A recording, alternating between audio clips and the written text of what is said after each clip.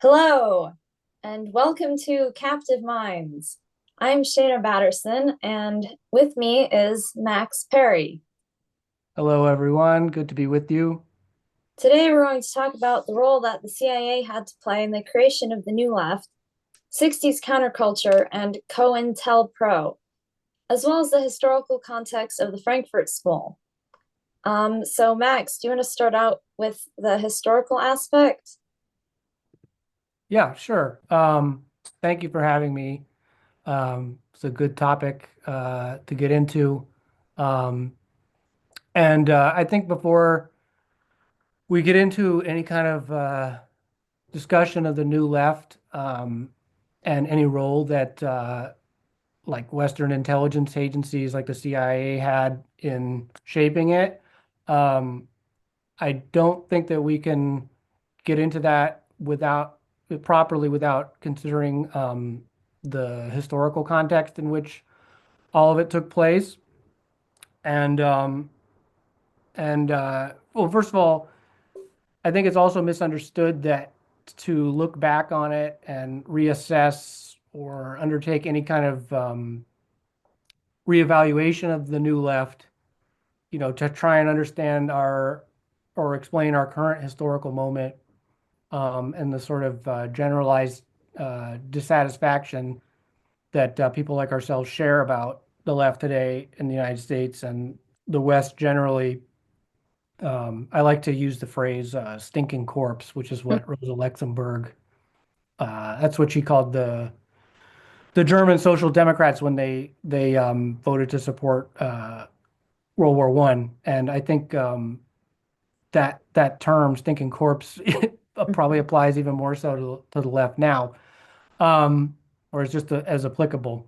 But the left now, of course, really grew out of the new left, and like I was saying, I think it's often mistaken that to reappraise it that we're engaging in some kind of sweeping indictment or dismissing everything that it accomplished um, or indicting it in its entirety, which is really not the case at all. And actually, I think from a dialectical Marxist understanding, everything that happened in previous decades is totally understandable given the circumstances and what was going on behind the scenes. And one of which was the role that intelligence agencies played in directing or misdirecting it. But so if we're going to have a real historical materialist analysis, I think we have to look at the circumstances. And, um, the New Left was uh, very much influenced by, uh, you know, the Frankfurt School and Western Marxism. Um, and although, those are very broad categories, and they were not a monolith, I think that they did share sort of general characteristics that sort of deviated or strongly questioned, the traditional Marxist view of, they really disagreed with the idea that the working class was the primary agent of revolution, and they had a very pessimistic attitude towards the working class in general. And I think that sort of came about from the historical circumstances, which is that they developed their thought after the failed revolutions in Western Europe, especially like particularly Germany, which is actually where Rosa Luxemburg, who I mentioned earlier, she died in the Spartacist uprising. But it's from those circumstances, the failure of revolution in Western Europe, which is actually where uh, Marx and Engels really anticipated the revolution was going to happen, uh, in contrast to where it actually took place, which was in, of course, the former Russian Empire, which was, did not have a advanced industrial base. It was, it didn't have as a large industrial proletariat. It was a mostly agrarian, culturally backwards peasant-based society. And so they were, this new group of intellectuals, they were faced with uh, these circumstances of why did the revolutions in Western Europe fail?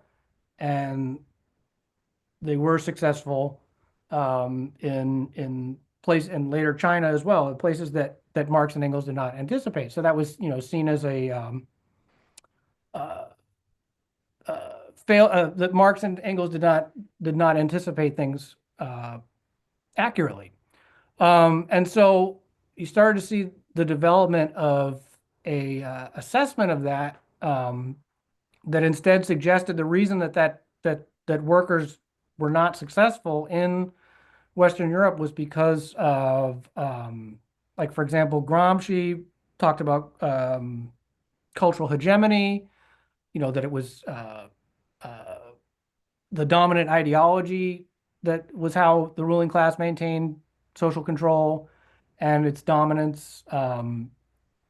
Marx and Engels had argued that the contradictions of capitalism itself would lead to the revolution, and so people like Gramsci were assessing why that did not come about in Western Europe, and his theory was of cultural hegemony. And then you can see that later with Horkheimer and Adorno, the idea of the culture industry, that mass culture and consumerism was what was undermining the revolutionary potential of the working classes, and was causing them to accept their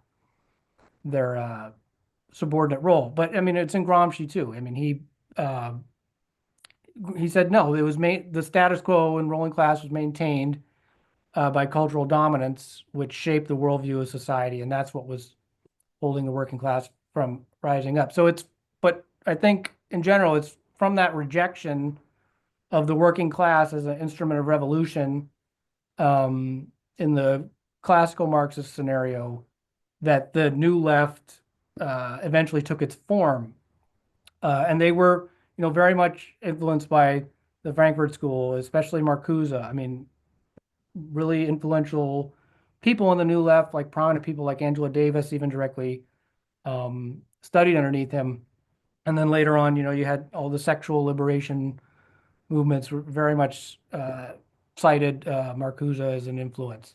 But that's also why the new left later ceded its leadership roles to students and racial minorities and sexual minorities, and this big protests in '68 in France and that spread across Europe.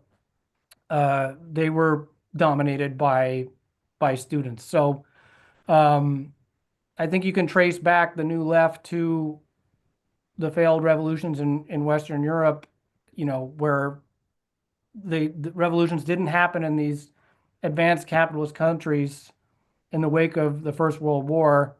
Um, and it was in that failure that this new strain of Marxism came about, and that's how the new left uh, developed. But while that was all going on, um, you also have to consider, even before you get into the covert stuff that the CIA was doing, the classical Marxists were busy fighting amongst themselves. That's where you had the divide between the Comintern and uh, and the Fourth International, Trotskyists, and that was also deepened by, after Stalin's death, there was Khrushchev's famous speech on the cult of personality and its consequences, and a lot of people who had stuck by the USSR, were believed it hook, line, and sinker, even though it was full of, I mean, at least in my view, very wild exaggerations. I mean, I don't think anyone would deny the paranoia that went on, because there was a real fifth column going on.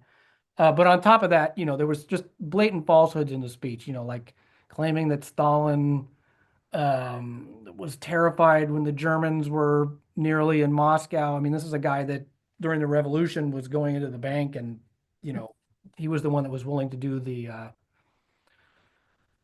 tough work. I mean, But anyway, so my point is that while this new strain of Marxism is coming about, Trotskyists and the communist parties that were aligned with the Soviet Union were fighting amongst themselves, and then once the de-Stalinization thaw happened, and Khrushchev gave his speech, and that just further siloed Marxist-Leninism, and led people to look for a new um, answer, and hence the new left. Um, and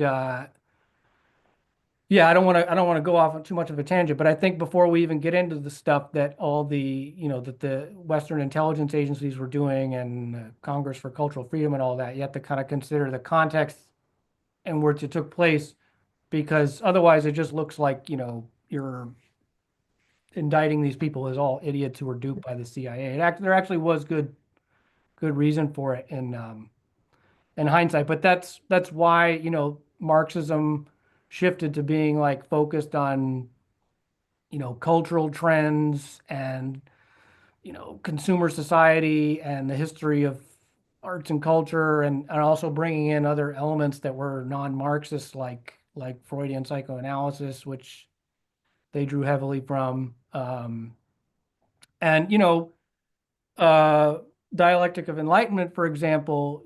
That was very influential because it really, um, first of all, they wrote that book when they actually thought the Germans were going to win the war, so it had a very pessimistic attitude. But they saw everything that was going on at the time: fascism, European fascism, Stalinism, and then also, after they fled Germany and came to the West and saw, they were even more terrified by Western consumer society. They saw all of that as sort of an overall failure of the Enlightenment, and rationality and all that. And so their whole project was about coming up with a um, new, a new way of looking at things. And you know, they were just rejected certain uh, principles of Marxism. That it was a science, that it rendered philosophy obsolete.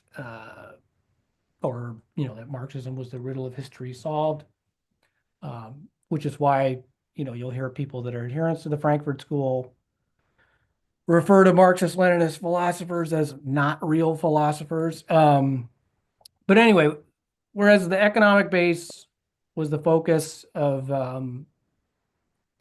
classical Marxism, it shifted to being the cultural superstructure. So I could go on and on, but I think that context in which that all happened was how the sort of deviated form that the Western left, or the new left, took. It grew out of that, and that's not to say that, again, there were many positive aspects to the new left, like, for example, the Black Panther Party.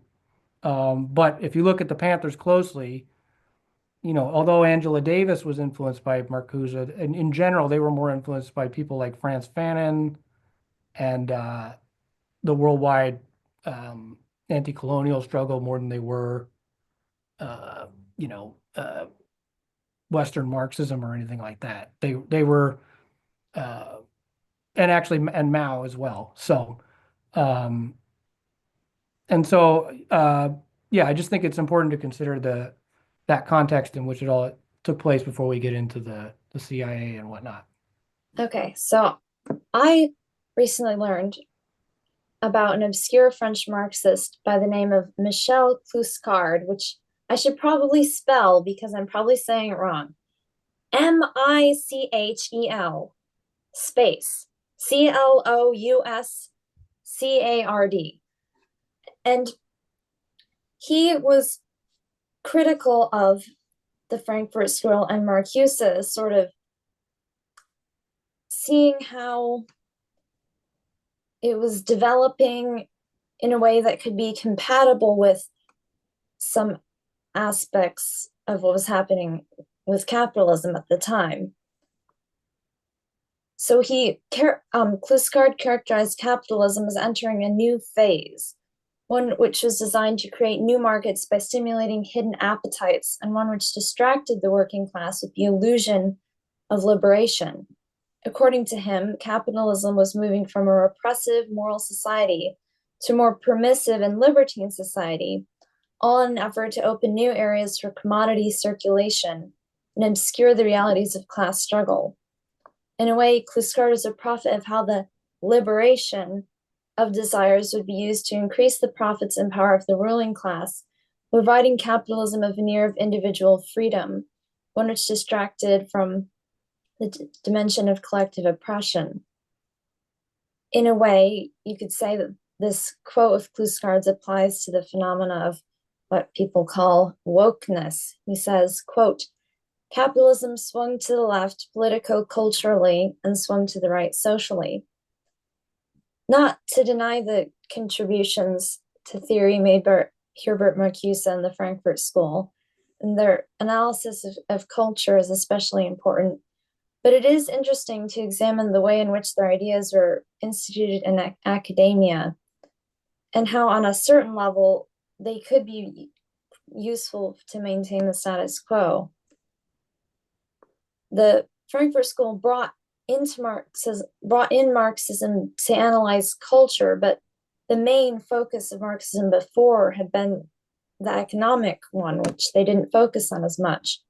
The focus on culture led to some interesting postulations, but it was also a step on the road of the confinement of Marxism to the cultural sphere alone, hence the LaRoucheite trope, the cultural Marxism, which somehow now people like James Lindsay say is Bolshevism, which doesn't even make sense. But anyhow. No, you're right. I'm sorry to interrupt you, but you're right. There's a whole cottage industry now, right-wing literature that's just all about cultural Marxism, but they're not addressing anything that, Lenin and Marx or whatever said. They're talking about all these other people. So, well, in a way, the confinement of Marxism to the cultural sphere only, and to me, it contributed to the alienation of the working class from left politics and sort of took away the focus on the economic analysis that Marx did, which was sort of his main work. The new critical theory, as called, fit neatly and was into the university setting. Often, more obscure Marxist thinkers that focused more on the economic elements been overlooked. And I would say that Adorno's sort of difficult style of language and Marcuse's overly, let's say, libertine focus, I think was rather unappealing to workaday people, and it was kind of out of touch with the working class of the time, I think. don't you know that the working class are all a bunch of homophobic and sexist and racist bigots who just want to, buy things? Anyway, sorry. Well, and that's, I think, some of the problem is that the quote cultural Marxism got instituted in the universities, it became like Marxism was this thing of these sort of privileged students who were then going to go tell working class people how stupid and backwards they are, which is, then totally turns working class people off of learning more about the topic at all, because they're like, well, you're just telling me I'm stupid, so why am I going to listen to you? But two, I think letting sort of pessimistic Marxism flourish in universities gave the illusion that the West and the Western Empire was a free democracy which tolerated dissenting viewpoints. So it's sort of like a play of soft power as well.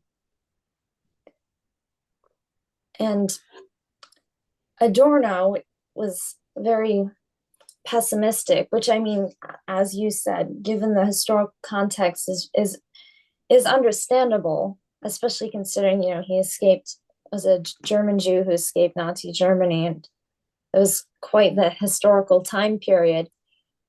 But I think that a pessimism where the idea is that there isn't a possibility of societal transformation is helpful to the ruling class, because hypothetically, say, even if we are too far gone, having a defeatist attitude serves the unconscious ideological function of eternalizing capitalism. I mean, in general, there are other thinkers and philosophers who still believed in the possibility of socialism. Even some were critical of the USSR, but they're much lesser known today than more pessimistic thinkers such as Adorno, because I think that pessimism fits more in with the existing order.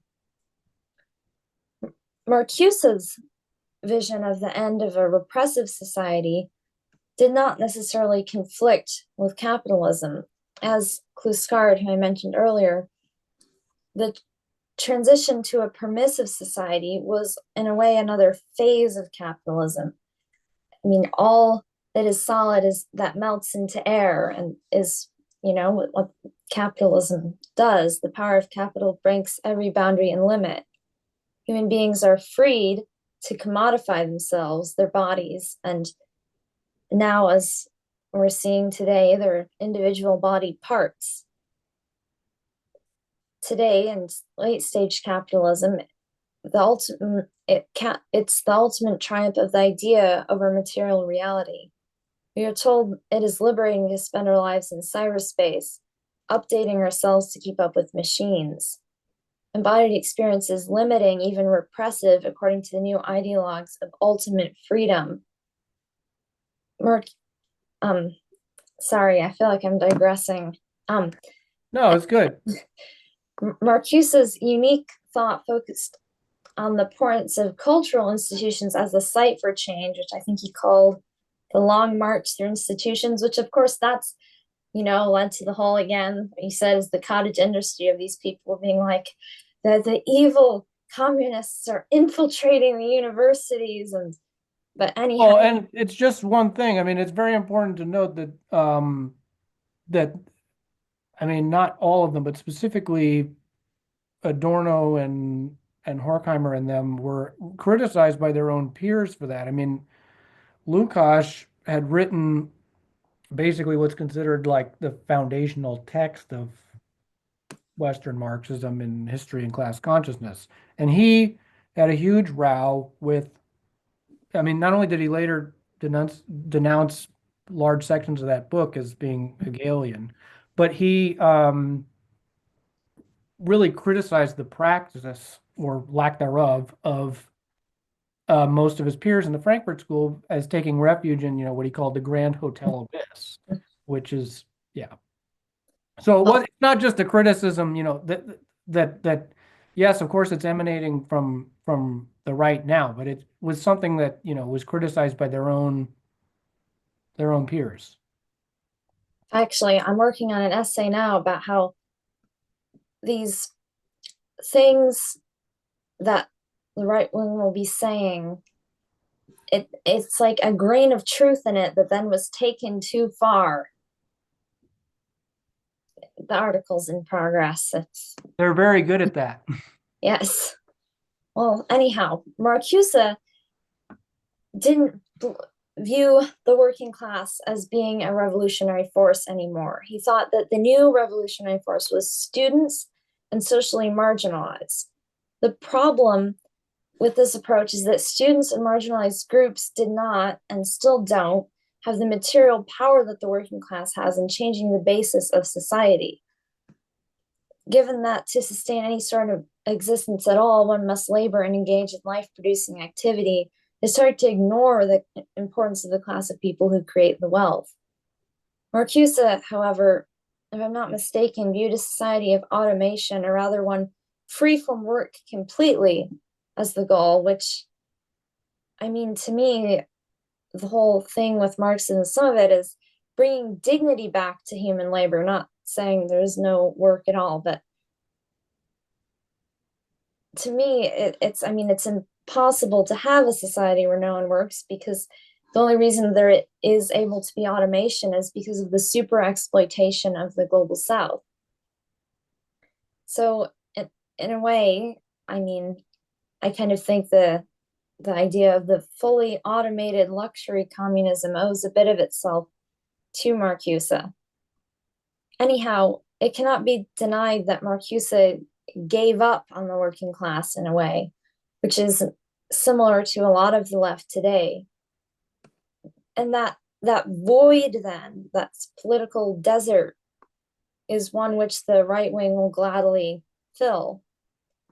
A lot of the right wing theories have a critical impulse and diagnose the symptom of the situation without addressing the root cause of the problems, which is usually, capitalism and the capitalist structure.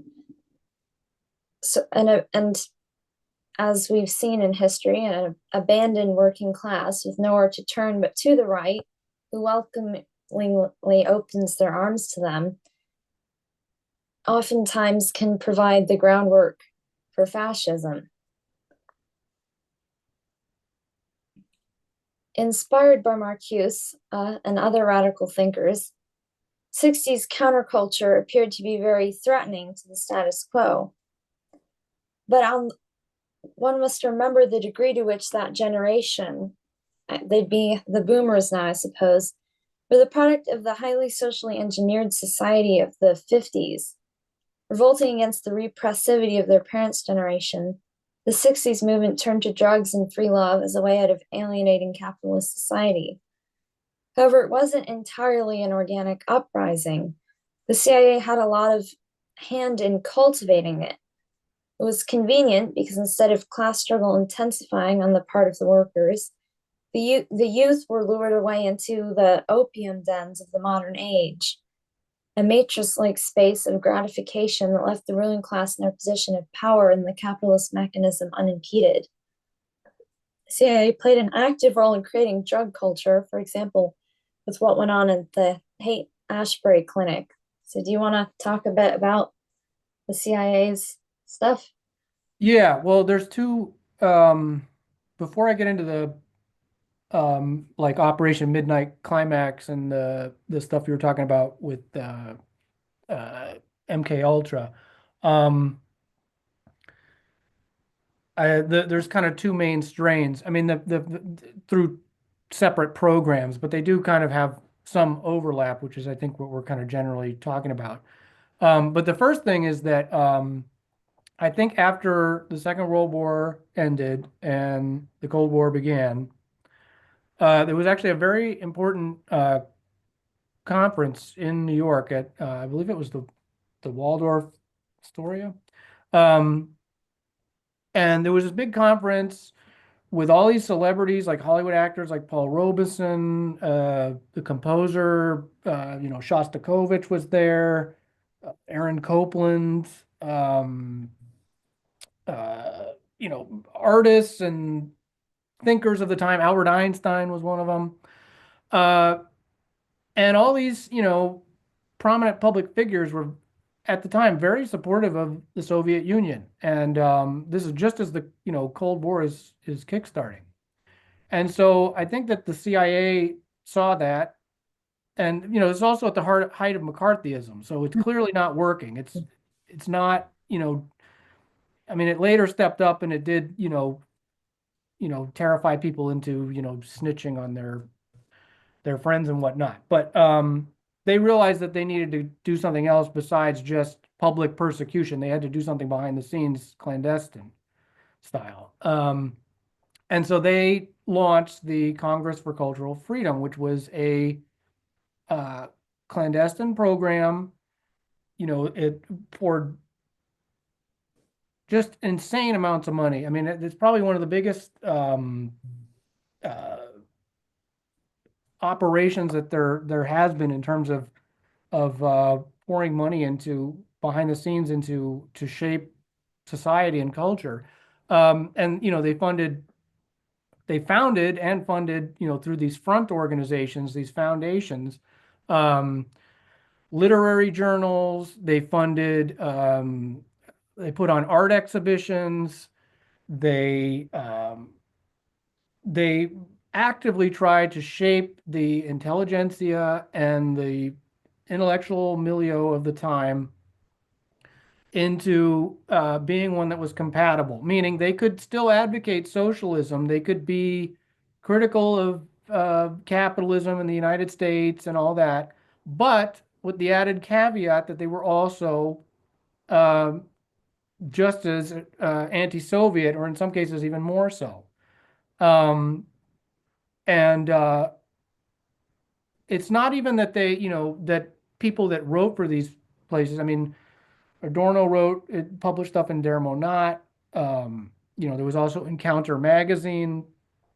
Marcuse did stuff published a study for the State Department. He had worked for the OSS during the Second World War, so it's not like he was just doing stuff during wartime with the OSS while the U.S. was aligned with the Soviet Union. He discontinued well after, and he did an anti-Soviet data analysis for the State Department. So, I mean, I don't know what kind of Marxist sees the United States drop two atomic bombs on Japan and then continues doing work for the State Department. But anyway, that's just me. Wait, Um, let me interrupt. I was thinking about this last night. To me, it's so funny that the Congress for Cultural Freedom that's and the one of the artists that got money from the CIA was Jackson Pollock, because the whole thing of the program was to show the world how the West makes better art than the evil empire. And to me, it's so funny because I've never really liked Jackson Pollock's splatter paintings that much. And well, that it's not even that it was better. It's just that it exhibited freedom of expression. yes, I and mean, yeah. that it's just so funny to me that that's the one that sticks out, that because in kind of a way it encapsulates just like, I don't know. I digress. Sorry. No, yeah, no. I mean, again, there's a lot of people that interpret this as like a value judgment of like that the abstract expressionists were all a bunch of CIA dupes. I mean, I personally don't care for most of it. I mean, some of it I think is interesting, and yes, many of them were leftists themselves. But the reason that they were promoted, regardless of what one thinks about the quality of the painting, though obviously that's debatable too, is that it signified freedom of expression. Whereas in the Soviet Union at the time, the big thing was socialist realism, and it was seen as rigid and conservative, and that art, and also that artists in general had to conform to whatever the state agenda was and were heavily subject to censorship. So that's why they held these paintings in, they put them up in U.S. embassies behind the Iron Curtain. Even though, yeah, like many of these people like Pollock had been involved in left-wing politics and even, started out studying under Diego Rivera. But yeah, that's an important part of the Congress for Cultural Freedom program was they put on art exhibitions. And it's not even that the people that were writing for these literary journals were agents necessarily. It's that they were disproportionately elevated and other people who were more classically Marxist were excluded.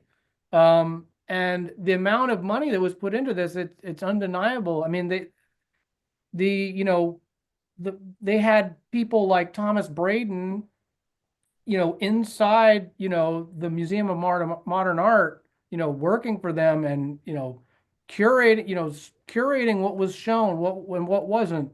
Um, this was a massive soft power program, and that was one thing that really shaped the development of the new left, which was that all these people,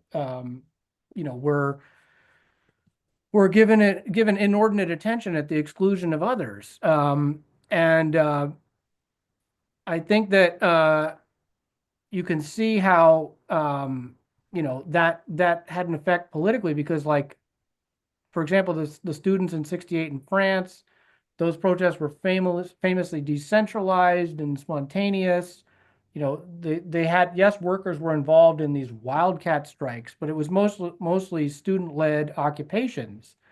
And also, those protests spread behind the Iron Curtain. I mean, they were in solidarity with the Prague Spring in Czechoslovakia and other places. But I think in general, on the left, there was a gradual intellectual um, disaffection with Stalinism, and radical intellectuals withdrew um, into the academy, and as a result, there was a movement away from the anti-imperialist resistance that was happening globally, and also an ideological distancing from actually socially transformative politics.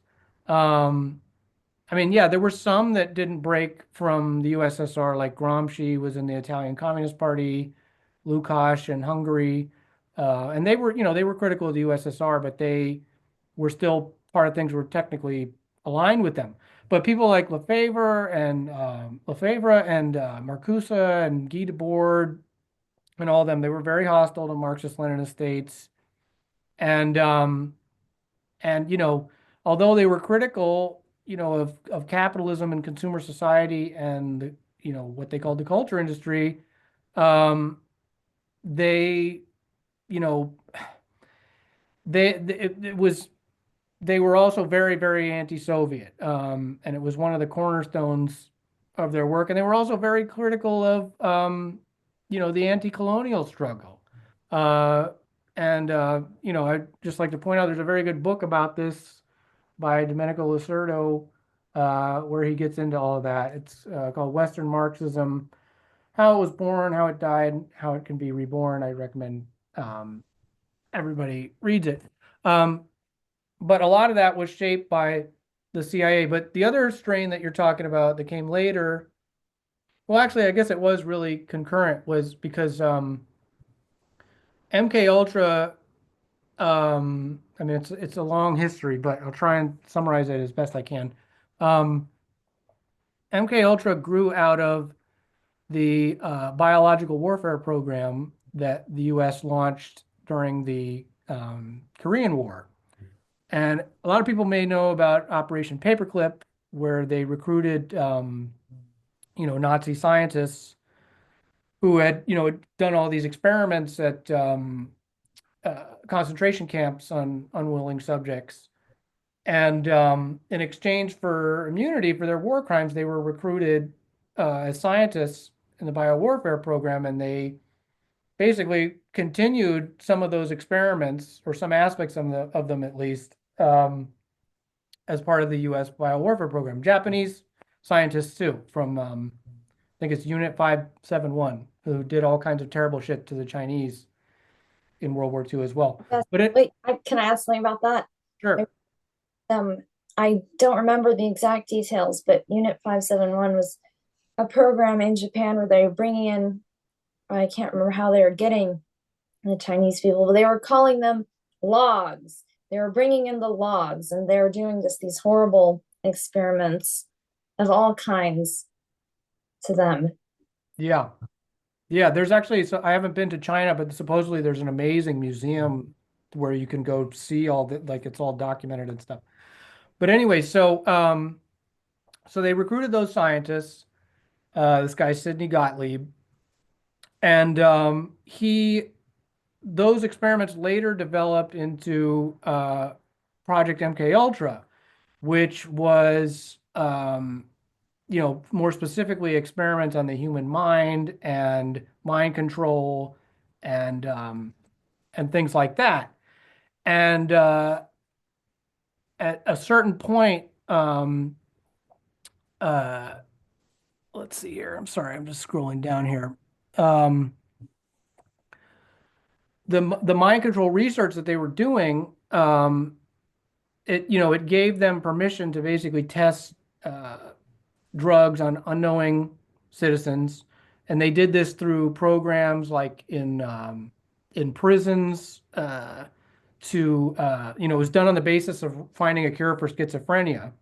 And prisoners would submit themselves, thinking that's what the research was about. But it was actually about seeing the long-term effects of taking LSD every day. Actually, a famous example is the organized crime boss in Boston. His name was Whitey Bulger, who was like at large for decades, and they later caught him.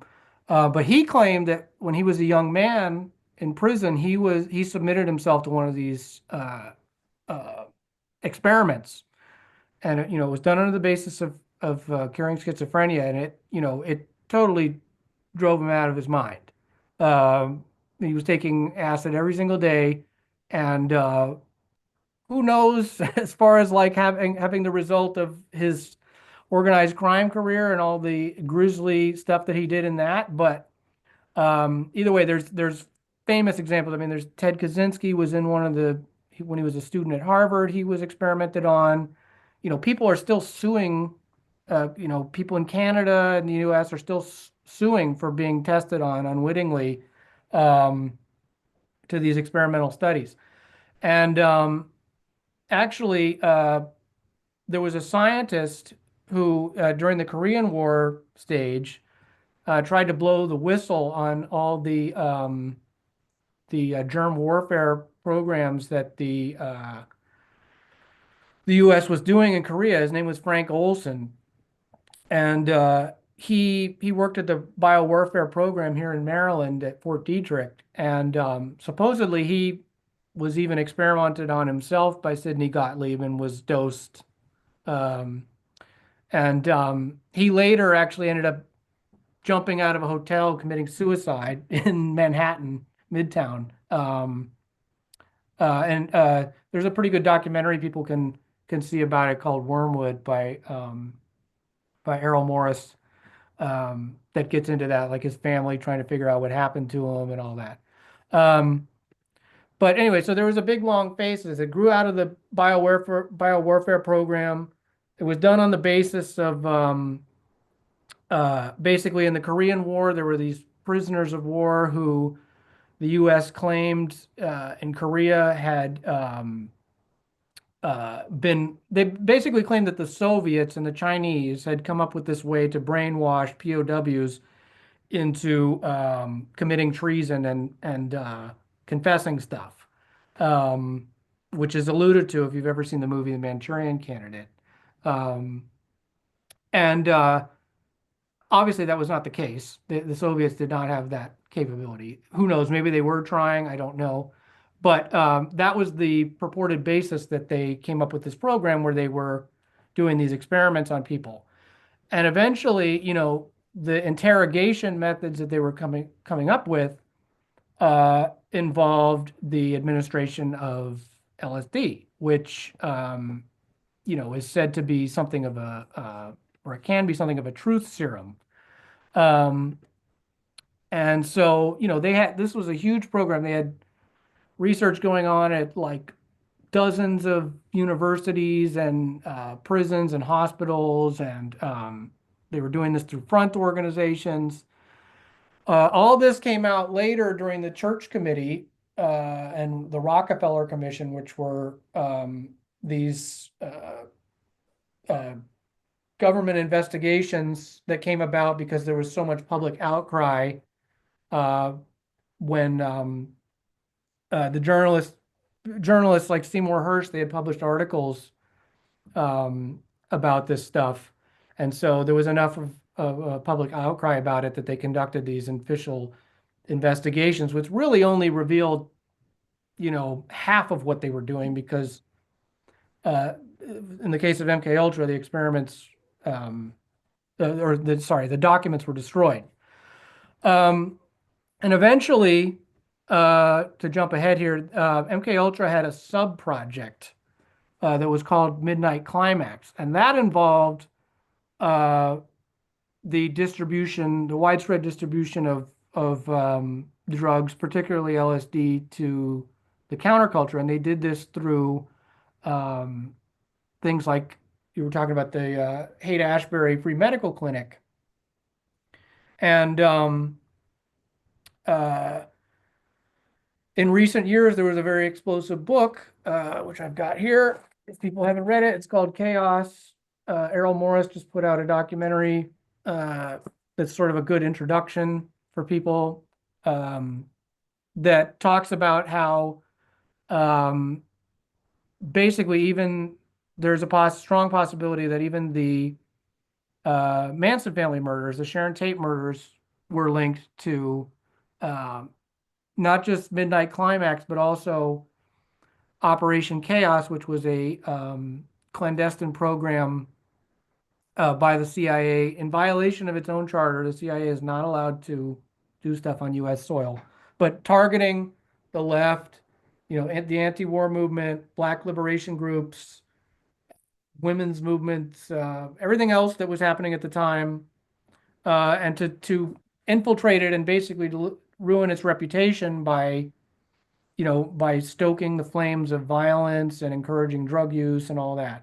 Let, Um, let me about the book Chaos. I found a review from a CIA agent analyst saying basically the gist of the review leading through the obfuscatory language is, well, yes, but he cannot directly link the CIA to the Manson murders, which to me is like an admission of guilt. It's like, oh yeah, we did that, but there's no, you can't actually link it. well, he's pretty open that he doesn't necessarily have a smoking gun, but all the circumstances are there to where people can deduce. I mean, he makes the argument that if you look at everything that they were trying to do, in terms of, I mean, anyone, if you talk to anybody, even my own mother, if you talk to people that were involved with the anti-war movement in the 60s, they'll tell you the transformation that happened. In the early, and not just the anti-war movement, but the counterculture generally. In the early 60s, there was Catholic organizations, there was uh, uh, socialists, and politically serious uh, things involved. The drug culture and the hippie phenomenon and all that came later, and that was a separate phenomenon that got that stigmatized the movement. And again, like everything that they were trying to achieve that we know with these clandestine programs, mind control, uh, trying to come up with subjects that, that were just these blank slates that could be worked on and, kill, God forbid, at command. This is all stuff that, I mean, Charles Manson, there's even a clip of the actor Danny Trejo who did time with him apparently in the 60s, that Charlie in prison was known as an absolutely amazing hypnotist. Um, and if you look at the characteristics of his cult, the way he got these people to do, whatever he wanted, uh, everything about the case lines up with everything they were trying to do, demonizing the counterculture, that if young people, if children of people, started participating in the left and the counterculture, they were going to become these psychopathic murderers. And also it scared a lot of specifically Hollywood, who were uh, becoming supportive of all that stuff. I mean, there's the famous Tom Wolfe book, about how Leonard Bernstein and all these people were, because it was almost becoming a fad at this point, supporting the Panthers and the anti-war movement and all that. Um, but anyway, so yeah, I mean the there was a shift that happened in the counterculture and the left through that was very much shaped by the CIA through its clandestine programs, both with in the case of MK Ultra, Chaos, and then on the intellectual level, the Congress for Cultural Freedom program. All these things were going on, And then on top of that, you also had COINTELPRO, which was the FBI's domestic program that started in the mid 50s that was all about neutralizing the left and black liberation groups and the Communist Party and all that. Um, and to deny the impact that this stuff has is just woefully naive. And that's where you later in the 70s you got all this other stuff like the development of like the Eastern cults and the New Age movement and the turn inward and all that. And so, I mean, like when you read about this stuff, there's a tendency to, want to laugh about it and think, oh, this is just a bunch of crazy tinfoil hat stuff. But it's it's pretty it's pretty accurate if you ask me, and it's very meticulously researched. And you know, Lord knows what they're doing now because there's no church committee. I mean, a lot of, I mean, the church committee and all those congressional investigations, that's where we learned about, the CIA overthrowing governments around the world and these domestic programs. Uh, but it's not like those agencies were ever reformed. This stuff they're probably just gotten better at hiding everything that they're doing. So it's very important to learn about this stuff if you're going to ever understand the things that are that explain why the left is the way it is now, and yeah, I just think it's really important, and all this stuff really overlaps, with each other, and it's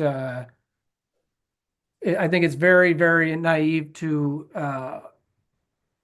just dismiss it as like, oh well, like to act like the CIA were just a bunch of Keystone cops and didn't know what they were doing.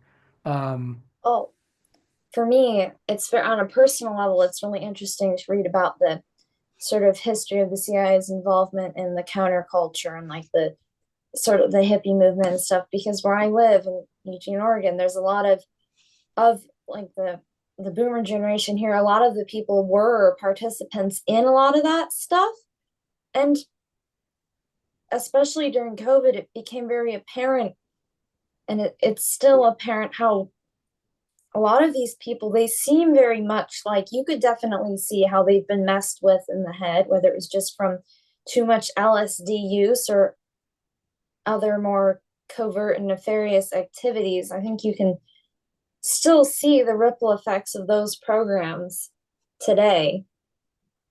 And now the CIA wasn't directly involved, but it was very pleased to see the turn that French theory began to take in the 60s and 70s. France had been a stronghold of communist activity, and that, quote, anti-ideological and postmodern turn being taken in academia there presented an opportunity to strengthen U.S. interests in France because it had previously been fairly anti-American.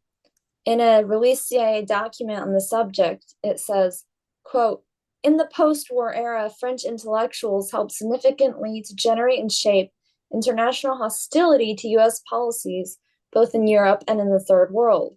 From Beirut to Lisbon to Mexico City, influential intellectual elites listened to and mimicked the thinking and prejudices of café savants like Regis Debray. Now, on the other hand, anti-Marxism and anti-Sovietism appear to have I think it means no, I guess not, permitted the younger generation of French intellectuals to adopt a more open attitude to the United States. This in turn has given rise to a new wave of genuinely pro-American sentiment rooted in the vogue of American popular culture and respect for the American economic vitality of the 1980s, and an admiration for the new image of self-confidence that the United States now projects in the world. Close quote. Not to say that the works of Deleuze, Derrida, Foucault, and others is CIA propaganda, or that they didn't make valuable contributions. They did. However, there is a reason that translations of their works are probably available, and they are large features in U.S. universities, while someone like, say, Giscard is practically unheard of in the US. The new French theory, for all its radicalism, adopted a more Western oriented perspective.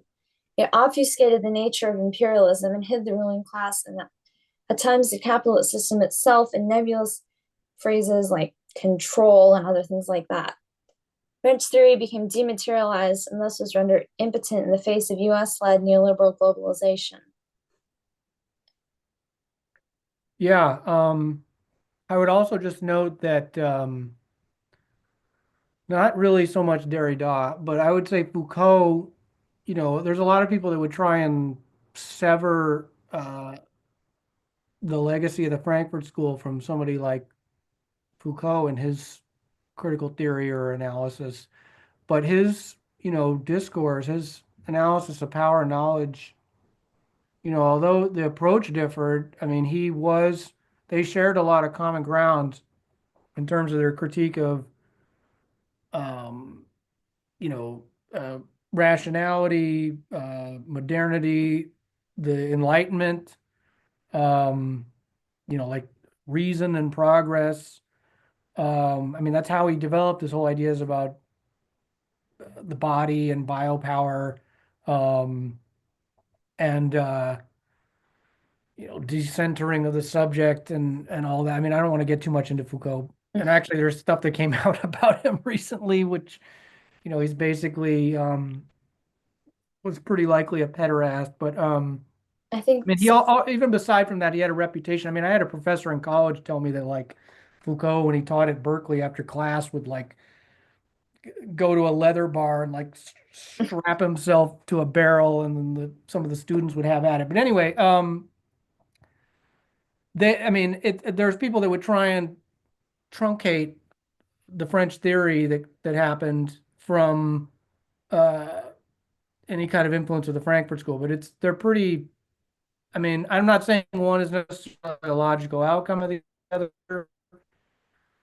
Um, I think that the Frankfurt School are light years better than someone like Foucault, even though he did have, I've read, Discipline and Punish and History of Sexuality and all that, and it does have some interesting critiques and analysis. But ultimately, his thing was about power relations. It was not about class.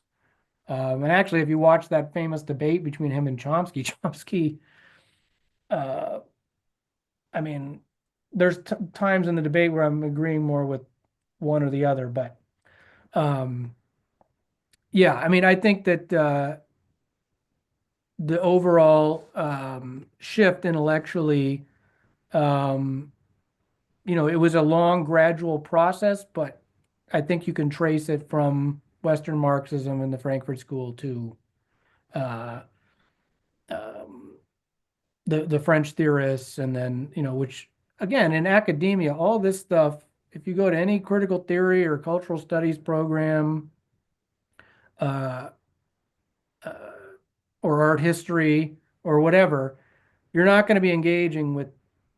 It's not so much even that these people are taught; it's that it's taken the place, and this is what to the point where this is now what Marxism is associated with. There isn't a bunch of right-wing literature out now talking about what Lenin and Marx said, or even like Parenti or Lacerda or Kuzgar. They're talking about, they're blaming all this stuff that's happening now on Marcuse. And of course, if you say this, you're going to be called a LaRoucheite if you point out, that your ideas overlap with.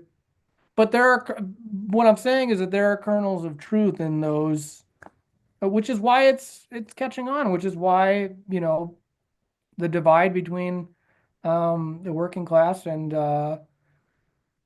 Marxism, it couldn't be larger. And also, there's also a huge divide between, like the remnants of communist or socialist parties in the United States and academia. There's a huge divide between theory and practice too, because these parties are just like dinosaurs and just purely like totally anti-intellectual and just all about activism and direct action and all that. And they have contempt for academia, the academic strain of Marxism, and then in turn there's Adorno had his critique of left-wing actionism, which is when you look at uh, the left-wing parties of today, it's actually totally accurate. That doesn't mean you should call the cops on them when they stage protests inside your classroom, but yeah, I think all Yeah, this is very important. Yeah. I think that, we need to recombine the sort of dialectical unity of theory and praxis, because when theory gets divorced, it can, as we see with, let's say, postmodernism, it becomes absurd and disconnected from reality in a way. When you just have praxis and you just are acting, but you don't have any theory to back it up, that's easily manipulable by, say, the CIA. So, And it's totally, look at recent movements like Occupy Wall Street or even Black Lives Matter or whatever example you want to name. They're basically like their deliberate leaderlessness and where they don't even have a central message uh, or any kind of organization where it's completely decentralized. Of course, it's going to be infiltrated and manipulated and shaped and turned into something that has nothing to do, that's completely divorced from its origins, um, and can become something else entirely. And so, yeah, it's very important that all this stuff be, if there's going to be any kind of reckoning. I really believe that the left is in a crisis and has been in one for a long time, but it's really just continued to get um, really, really bad. And if we don't reckon with this history, and the fact that there are people out there that are so adamant that this stuff like was not successful means that it was successful because they're basically proof that it's success, that they're denying that it even had any kind of effect, that oh, the CIA was trying to manipulate the left into. This is a fantastic book for about the Congress for Cultural Freedom. The person that wrote this is not even a radical Marxist. This person, Francis Stoner Saunders, is basically a liberal academic. But in this book is absolutely meticulous documentation of this program. And she's not even writing about it in a way that's necessarily um, uh, portraying it as entirely a bad thing. She's just describing it factually. Um, and how, here it says on the back, the most comprehensive account yet of the CIA's activities between 1947 and 1967. The book presents shocking evidence of the CIA's undercover program of cultural interventions in Western Europe and at home, drawing together declassified documents and exclusive interviews to expose the CIA's astonishing campaign to deploy the likes of Hannah Arendt, Isaiah Berlin, Leonard Bernstein, George Orwell, and Jackson Pollock as weapons in the Cold War. This is a classic book, so I recommend people check that out as well. And again, her motivation, she's not a communist or a vulgar Marxist trying to prove that the Frankfurt School are a bunch of CIA stooges. She's a liberal academic. So to to touch on this George Orwell, I have a rather negative view of him. He has very, people, it's become this thing. People use Orwellian, but well, he worked for British intelligence, and actually there was a book written by an early Bolshevik who became disillusioned with the Soviet Union, and actually Stalin let him leave. I think he went to France. I don't remember. But the book was, he wrote a sort of a mockery, a dystopian mockery of the Soviet Union, I think in like 1920, called We. The author's Yevgeny. Yevgeny Zamyatin, yeah. Yeah, the basic plot structure, Orwell totally ripped him off, like literally completely Yes. ripped him off. And so Orwell is just this, basically this plagiarist who worked for the British intelligence. Not that he didn't have some ideas of his own in his fictional books, but still. And there was also Yeah. written, I think in 1930, there was a science fiction book. I can't remember the author's name, called Swastika Nights, which was like what if the Nazis took over everywhere? And apparently Orwell stole a lot from that as well. So Oh, I didn't know that. I'll have to look that. You'll have to send that to me. Well, actually, one of the famous things about Orwell was that you're right, he did do some work for the British Foreign Office, and actually, one of the things he did was he supposedly provided a blacklist, a list of people on the left, like Paul Robeson, and I don't know who else was on the list. It's been a while since I've written about this, but it's been a while since I have. But he basically provided a blacklist of what he called crypto communists for the MI6 and their information warfare program. I mean, he was an informant for the British Secret Services. And actually, I think it even had Charlie Chaplin on it and other people. And it didn't come out until I think the 90s, but it sort of put a blemish on his, because Orwell is considered legendary for on the left. And yeah, I mean, when I was younger, I read 1984 and Animal Farm like everybody, and he's a good writer, but unfortunately, yeah, his political practices were terrible. And actually, Homage to Catalonia, that's sort of like the book that most people on the Western left uh, uh, have, draw knowledge from of the Spanish Civil War from. Um, but it was actually, that book very much demonizes the people that were actually, fighting on the Republican side, and the anarchists and the Trotskyists uh, were basically disrupting. I mean, they were trying to, um, form a popular front against fascism, and you had these ultra left, uh, whatever you want to call them, purists or adventurists or whatever, who were saying, yeah, we need to do that, but we shouldn't be aligning with the Soviet Union, or even though the Soviet Union was, I mean, along with Mexico, the only country that was supporting uh, them against Franco. I mean, the United States did nothing. Their allies did nothing. Um, but yeah, Orwell was, uh, although you could maybe say he's a good stepping stone. He was ultimately um, a reactionary. And actually, Michael Parenti in Black Shirts and Reds, there's a good quote from him. I got it right in front of me.